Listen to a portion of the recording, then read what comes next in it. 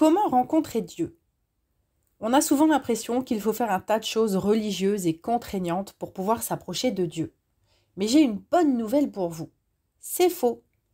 On peut débuter une véritable relation avec Dieu sans forcément rentrer dans un carcan religieux. Dieu est esprit. Il est saint, c'est-à-dire sans péché, parfaitement propre.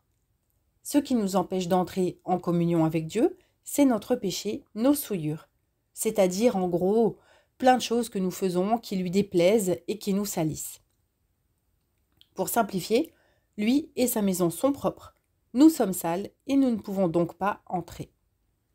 Pour se débarrasser de leurs péchés, les Juifs sacrifiaient des agneaux. Leur sang couvrait leurs péchés pour 1 an et il fallait recommencer l'année suivante. Dieu ne supportait plus leurs sacrifices hypocrites suivis de leurs péchés incessants le reste de l'année. Comme il nous aime et qu'il souhaite nous laisser entrer chez lui pour avoir avec nous une relation privilégiée, il a fallu qu'il trouve une solution pour nous délivrer de nos mauvais penchants. Il a donc envoyé Jésus. Jésus est né d'une vierge, donc il est de nature divine. C'est grâce à sa nature divine qu'il est le seul homme à avoir marché sur la terre sans jamais pécher. Cela fait de lui un agneau sans défaut, sacrifice parfait pour Dieu afin d'effacer définitivement nos péchés. Mais ce n'est pas tout. Jésus donne le Saint-Esprit à tous ceux qui se repentent et qui décident de développer une relation avec lui.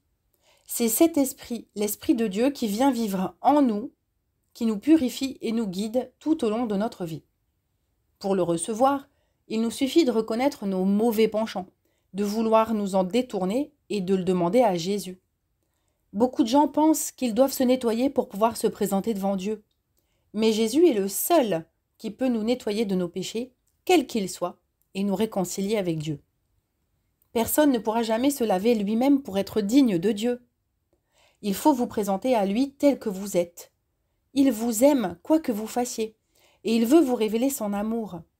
Peu importe ce que vous avez fait, demandez-lui simplement pardon et croyez-le, si vous êtes sincèrement désolé, vous êtes pardonné.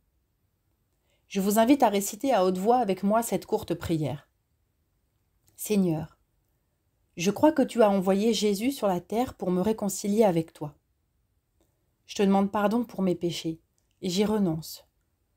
Prenez un temps pour lui préciser certaines choses que vous regrettez.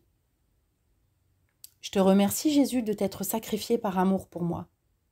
Je t'accepte dans ma vie et je te demande de me donner ton esprit afin que je puisse trouver la force d'avancer selon ta volonté.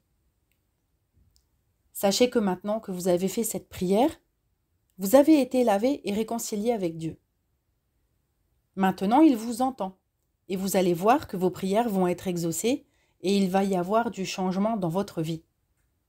Si vous lisez le Nouveau Testament, vous apprendrez tout ce que vous devez savoir et Dieu vous parlera personnellement.